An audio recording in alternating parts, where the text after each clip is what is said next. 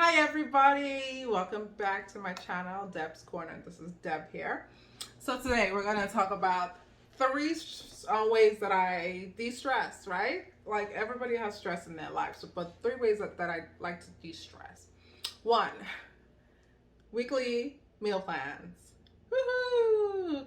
Two, shopping lists. I am like weekly meal plans, shopping lists. And then the third one, taking walks, physical activity. Those are the three ways that I de-stress and then that I have actually been de-stressing during this whole quarantine period that we find ourselves in because we're still in it. So yeah, let's get into it. So, like I said, we're back. So, number one, shopping lists. I know I said weekly meal plans, but let's talk about shopping lists. Shopping lists. Whenever I go to the grocery store, you will always find some type of list with me. I don't, less likely mental lists, but there's a list, right? But you will most likely find me with a physical list, shopping list, because what it does for me is that it allows me to get what I need to get and it allows me to not forget the things I really need at home. So before I go to a grocery store, I look at my fridge. It's kind of like you're shopping, right? You look in your fridge, you look in your pantry, you look all over. Oh, this is what I'm missing. This is what I'm missing. Write it down, write it down, write it down. And so I have those things written down on my list. And then it's like, oh yeah, what meals do I want to try out? Blah, blah, blah during the month. The previous video will have my grocery haul. Maybe it's this video, a previous video, two videos before this one, whatever the case may be. There's a grocery haul that I did. That's like was a midweek kind of grocery haul because I ran out of like fresh fruits, fresh produce, and I needed to go buy it, so I went to buy it. But yeah, that video you'll see that I also had a little list in that video. But lists keep me so grounded. I'm more of a person who likes to write everything down, plan, like packing. I have to write everything down. Lists help my life move, a-okay. Without it, I'm like frazzled. I'm like, oh, what do I need? What am I doing? What are my next moves? So lists keep me grounded. So yeah, that's number one. I go to the store with lists. It helps me to go in and out of the store. It helps me to get the things that I really need. And third, and the biggest thing, helps you to save money. Like, if you know what you're getting, you will not be tempted to buy things that you don't need. Not saying that I don't stray away from my list. I do 10% of the time. Stray away from my list, meaning I just like I buy things that are not on my list. I'm walking down the aisle and getting what I need on my list, and then I see something else. Oh, this is new. I should try this out. Yeah, so I do that 10% of the time. But overall, I'm really good at just sticking to what I need in my list and just buying it. So list. Number two, weekly planned meals is the way to just relieve stress in your life. Like if you are a mom who has kids, I say kids because it's harder to plan meals when you are a mom with kids. If you're just a single person or you're married without kids, easier to find because you just eat anything. It's like you just have to make meals for yourself. You just eat anything, you're okay.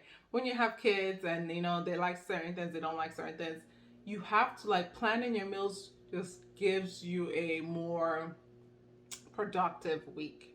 So for me, planning my meals weekly gives me that extra time, or removes that extra stress of me planning, oh, what am I going to eat? What am I going to plan for the kids to eat?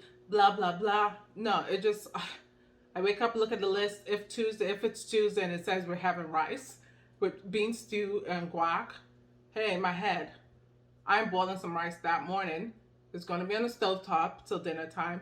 And if I don't have bean stew saved in the freezer, I know, okay, around 4:30, whatever, I'm going to start making the bean stew because I want to be ready for dinner time. So this allows you to have a more productive day. The last one, walks, physical exercise, or physical activity. I take a deep breath because I fell in love with walking again.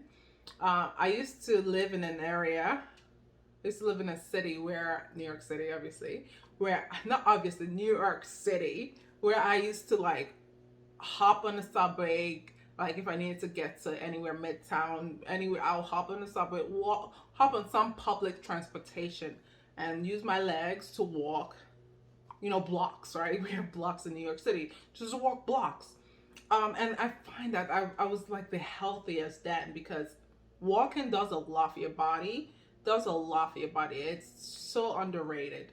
Walking is so great. So it does a lot for your body. So I used to walk a lot. I used to do all that stuff. And then I found out that when I, got married, moved to the suburbs, and, driving more to places, you find it less healthy because you're driving everywhere. Your body was meant to be, you have legs, your body was meant to move, right?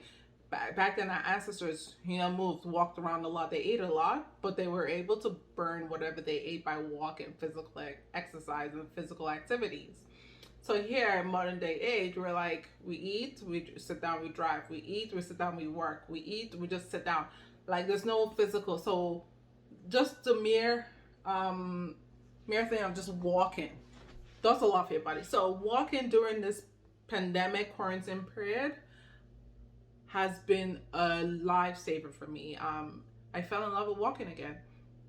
So I walk about 30 minutes, minimum of 30 minutes a day for 5 days a week, minimum of 5 days a week. Sometimes I'll throw in the weekends here and there when I want to, like today. Today's a weekend, but I'm not going. I don't think I will go for. I think I will. It depends. So it's not like a must that I have to do my walk during the weekends, but like during the weekdays, I make it a must to do my daily 30 minutes minimum walks a day. So I have kids too, and they have to be outside. They have to be engaged in some kind of physical activity, and I like it to be outdoors. So it's required 60 minutes a day of physical activities for kids. It's required. So I use that as a crutch or as a tool to help me get out too as well. So if they have to do this, my gosh, I might as well just go get in my workout, my exercise, on my walks with them, right? So I do that, and that's how I'm able to keep up with the exercising during the week. But it has done a lot to clear my mind. I find that on days when I'm like really stressed out, I would just, if I just get out, take a 15-minute, 20-minute walk around the block. That's outside of my 30 minutes walk. It tends to just release the stress. It just does something to stress. So that's how I stress relieve. I'm not saying I'm totally stress-free, because I'm not. We're all human. We do get stressed out. But it's just finding ways to cope with the stress, right? Finding ways to deal with the stress and to not allow it to go overboard. Because stress is really bad for your body. So any way that you can find to just maintain, or not prevent, because you can't prevent stress, but just to walk around the stress, or to manage the stress in an effective way is great. All right. So those are my 3 ways. Those are the 3 things that I do to stress relief. Let me know what you guys do. And let me know what like when you are stressed and you find that you are stressed and that you can't really do the 3 things that I mentioned. What else do you find yourself doing? I know some people journal. Journal is a great way. For me, it is. So that is it. So I will see you guys in my next video. Hopefully you learned something from this. If you didn't, that's okay. If you did, that's okay too. And also, I would also love to know what you do to relieve stress, or to kind of minimize the stress in your lives. Well, until my next video. See you guys soon. Bye.